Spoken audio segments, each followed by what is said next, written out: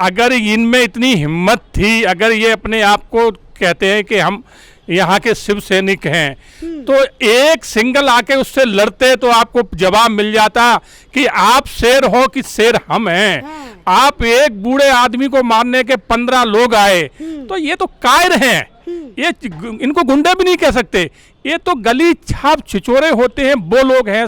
आज इनको शिव सैनिक कहना, मैं कह रहा हूँ शिव की जो है ना अपमान होगा। हमारे जो सैनिक के साथ हुआ है, हम इसके लिए बिल्कुल उनको बख्शेंगे नहीं। रात से ही हम बम्बई और महाराष्ट्र के सैनिकों के संपर्क में हूँ और बराबर हमारा उन पे फ़ोन पे जो है ना कोऑर्डिनेशन बना हुआ है, और हमने अपने वहाँ के जो हमारे सैनिक हैं सबको लगा दिया है और पूरे वहाँ उनके पास पहुँच गए हैं।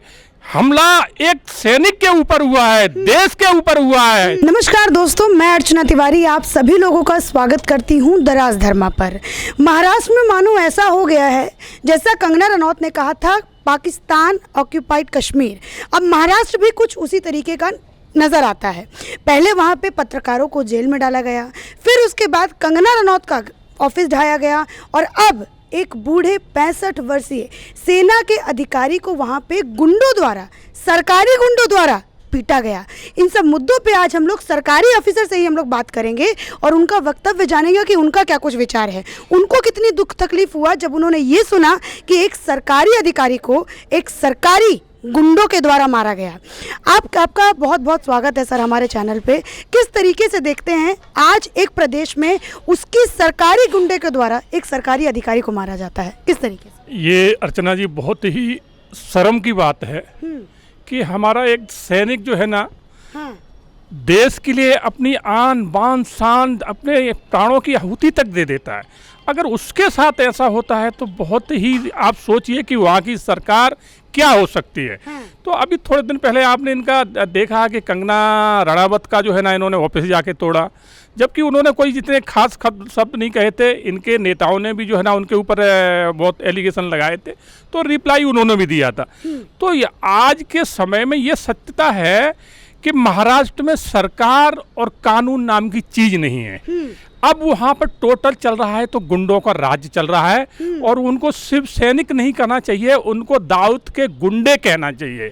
और जो हमारे नेवी ऑफिसर शर्मा जी हैं, इनके ऊपर जो अटैक किया है उन्होंने, तो आप सोचिए कि एक 65 साल का आर्मी का रिटायर्ड ऑफिसर, उसको मारने के लिए 15 लोग आए। बिल्कुल, अगर इनमें इतनी हिम्मत थी, अगर ये अपने आप को कहते हैं कि हम यहाँ के शिव सैनिक हैं, तो एक सिंगल आके उससे लड़ते तो आपको जवाब मिल जाता कि आप शेर हो कि शेर हम हैं।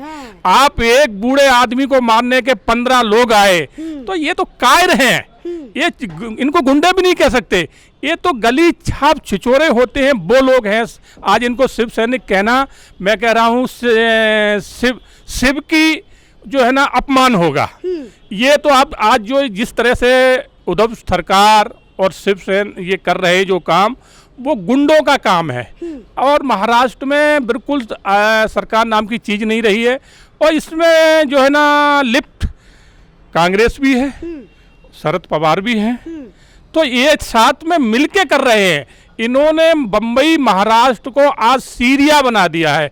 कभी इसी टाइम सीरिया की हालत हुआ करती थी, वो हालत आज बम्बई की है।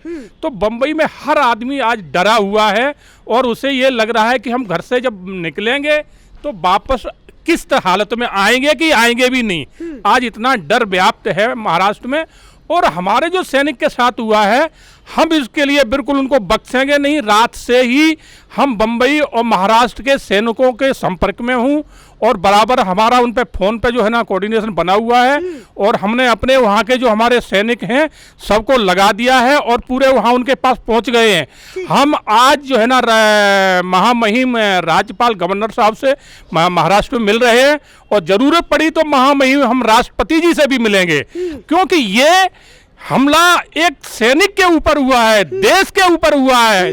सैनिक देश का होता है, सैनिक कोई इंडिपेंडेंट नहीं होता, क्योंकि वो देश के लिए अपनी जान लगा देता है। बॉर्डर पे जब वो जाता है तो ये नहीं सोचता कि यहाँ आने के बाद हम बचेंगे कि नहीं बचेंगे। तो देश के लिए फर्ज निभाते निभाते सैनिक जब अपने प्राण की आहुति दे के आ जाता है, तिरंगे में लिपट के आता है, और उस सैनिक को है ना इस तरह के छिचोड़े गुंडे जो है ना मारे आके और फिर कहें कि हम शिव सैनिक है।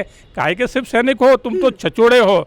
तो अर्चना जी मैं यही कहना चाहूँगा कि महाराष्ट्र का बहुत बुरा हाल है और इसमें राष्ट्रपति को और गवर्नर साहब को बिल्कुल लेना संज्ञान लेना चाहिए, क्योंकि गवर्नर की भी कोई जिम्मेवारी होती है। जिस प्रदेश में अगर जहां सरकार बेलगाम हो जाए, जहां कानून व्यवस्था जो है ना बिल्कुल चरमरा जाए, वहां गवर्नर को एक्शन लेना ही पड़ता है और संज्ञान तो मैं कह रहा हूं कि मोदी जी को भी लेना चाहिए। ठीक है, अभी यहाँ पे ये मतलब सोच के बहुत दुख होता है कि जब सैनिक अपने घर से जाता है, पहले दिन जब उसकी भर्ती होती है, वर्दी के साथ साथ कफन भी सर पर बांध लेता है, क्योंकि अब उसको पता है कि अब उसको अपने परिवार के लिए नहीं देश के लिए जीना है।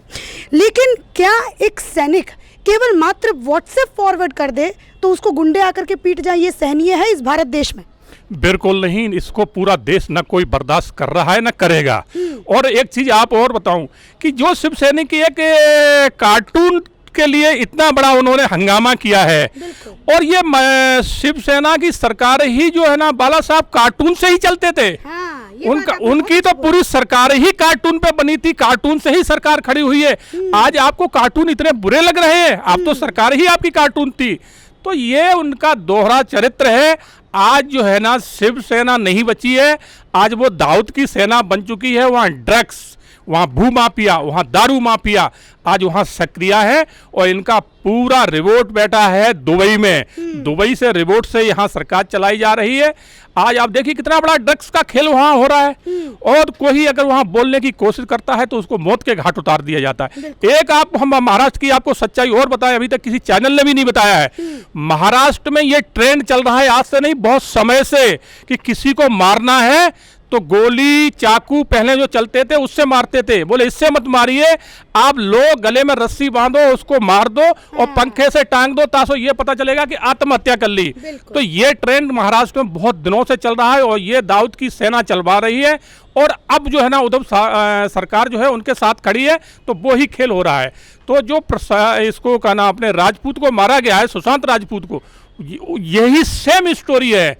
उसको मार के टांग दिया गया है और आत्महत्या का उसको रूप दे दिया गया। ठीक है, अभी यहाँ पे ये सोच के बहुत अजीब लगता है कि कुछ लोग तो बिल से बाहर निकलते हैं जब ये कहने के लिए शाहीन बाग में कि लोकतंत्र की हत्या हो रही है, सेना जो है बहुत ब्रुटैलिटी कर रही है, बहुत जोर जबरदस्ती करती है, भारत में कोई लोकतंत्र बचा ही नहीं है, मोदी सरकार लोकतंत्र के हमेशा खिलाफ रहती है। आज वो लोग कहाँ हैं?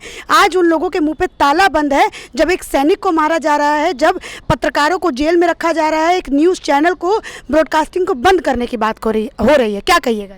बिल्कुल अर्चना जी, ये वो लोग हैं कि इस देश की खाते हैं, देश में ही नाम कमाते हैं, देश में ही पैसा कमाते हैं और इसी देश के साथ गद्दारी करते हैं। इनको सेना से कोई लेना देना नहीं है। इन्हीं लोगों ने कश्मीर में जो हमारे सैनिक जो है ना वहाँ टेररिस्ट और उग्रवादियों के साथ जूझ रहे हैं, और आए दिन आप देख रही हो अगर वो मारते मारते कभी उनकी भी शहादत हो जाती है, तो इन्हीं लोगों ने जो है ना हमारे सैनिकों को कहा था गुंडे। तो ये वही लोग हैं। ये क्या समझे कि सेना क्या चीज होती है, क्योंकि ये तो खुद गुंडे हैं, ये तो खुद दाऊद के लोग हैं। ये इनके तो कारनामे ही पूरा जो है ना ड्रग्स, और हमने बताया भू माफिया, इस तरह के इनके काम हैं। तो ये नहीं चाहते कि देश में शांति रहे, यहाँ पर कानून का राज हो, क्योंकि जानते हैं कानून का राज होगा तो हमारी जो कारगुजारियाँ हैं वो चल नहीं पाएंगी, तो इसलिए नहीं चाहते। अब मैं एक चीज़ और कहना चाहूँगा, दाऊद इब्राहिम के वहाँ बम्बई में प्रॉपर्टी काफ़ी पड़ी हैं, बिल्डिंगें खड़ी हैं। उद्धव ठाकरे जी से मैं एक बात पूछना चाहता हूँ, देश का सैनिक पूछना चाहता है, उद्धव जी, हाई कोर्ट ने भी आदेश किया है कि दाऊद की जो है ना अवैध संपत्ति है उसको तोड़ा जाए। आपने आज दिन तक उसको नहीं तोड़वाया है। आपकी सरकार 1 साल बन के हो गई और आपने कंगना रनावत का 24 घंटा का नोटिस दिया और आपने 11 घंटे में ही तोड़वा दिया। तो आप जो है ना, या तो आप दाऊद के लिए काम कर रहे हैं या आप देशद्रोही होके काम कर रहे हैं। आपने जो है ना एक आतंकवादी देशद्रोही जो देश से हजारों मौतों का जिम्मेवार है, जो छुपा बैठा है देश का भगोड़ा, आप उसके लिए संरक्षण कर रहे हो, उसकी संपत्ति तोड़वा नहीं रहे हो। और एक कंगना रनावत जो देश की आवाज बनती है, देश के लिए आवाज उठाती है, न्याय की आवाज उठाती है, और आप उसका मकान तोड़वा रहे हो। उद्धव जी, आपका आतंक चरम सीमा पे हो चुका है और वो एक कहावत है कि जब चींटी मरने को होती है तो उसके पर निकलने शुरू हो जाते हैं। तो आपके पर निकलने शुरू हो गए, देश ने देख लिया है, और आप इतनी बुरी तरह से जाएंगे, आपके इतने बुरे दिन आने वाले हैं कि आपको गली में लोग खींच खींच के मारेंगे। ठीक है, अभी ट्विटर पे, सोशल मीडिया पे एक फ़ोटो बहुत वायरल हो रहा है सर। एक जो अभिनंदन, हमारे देश के जो अभिनंदन थे, जो कि एयर स्ट्राइक में पाकिस्तान में फंस गए थे जब उनको मारा गया था वहाँ के लोगों के द्वारा, उनकी भी आंख पे चोट आई थी। अभी ये जो शर्मा जी हैं, जो कि नेवी के ऑफिसर हैं, जिनको क्या नाम शिवसेना के गुंडों ने मारा है, उनकी भी आंख पे चोट है। लोग ये बोल रहे हैं कि सिमिलैरिटी देखिए कितनी दोनों में मिल रही है। इस पर क्या कुछ आपका विचार है? बिल्कुल, ये क्या है कि जो मैंने आपसे पहले भी कहा कि इनका रिवोट कहाँ है, दुबई में।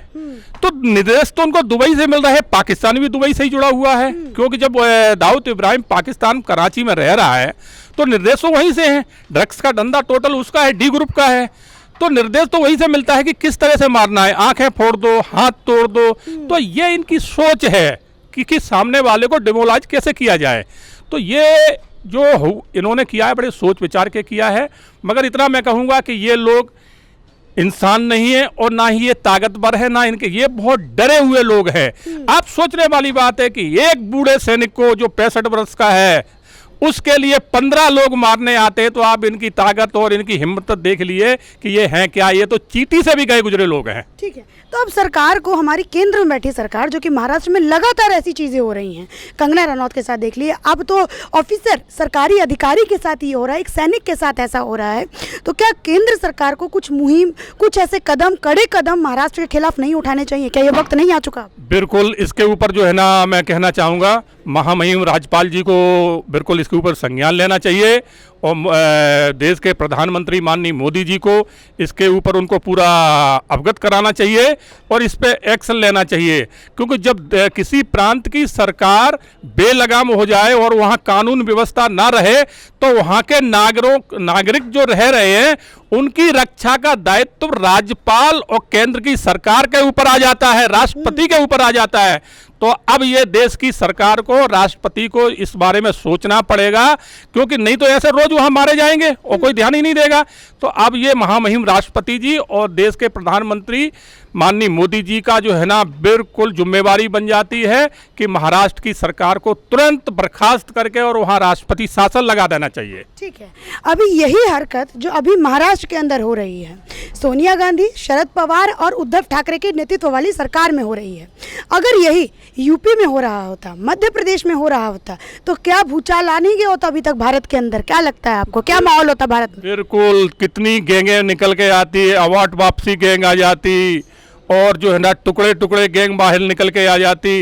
ये सब लोग जो है ना पूरे देशद्रोही है, इनके तार सीधे दुबई, पाकिस्तान और चाइना से जुड़े हुए हैं। इनको चाइना फंडिंग कर रहा है इन लोगों को, पाकिस्तान इनको फंडिंग कर रहा है इन लोगों को।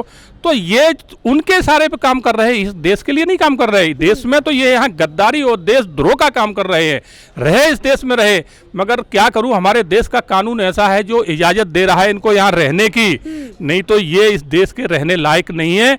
इनको तो सच पूछा जाए तो इनके लिए तो कानून जो है दूसरे बाहर कंट्रियों में वो होना चाहिए कि जो देश के साथ गद्दारी करे उन्हें सीधा सूली पे चढ़ा दिया जाए। ये लोग उस लायक है अर्चना जी, तो इनके साथ रहम बरतना हमारे देश को धोखे देने वाली बात है।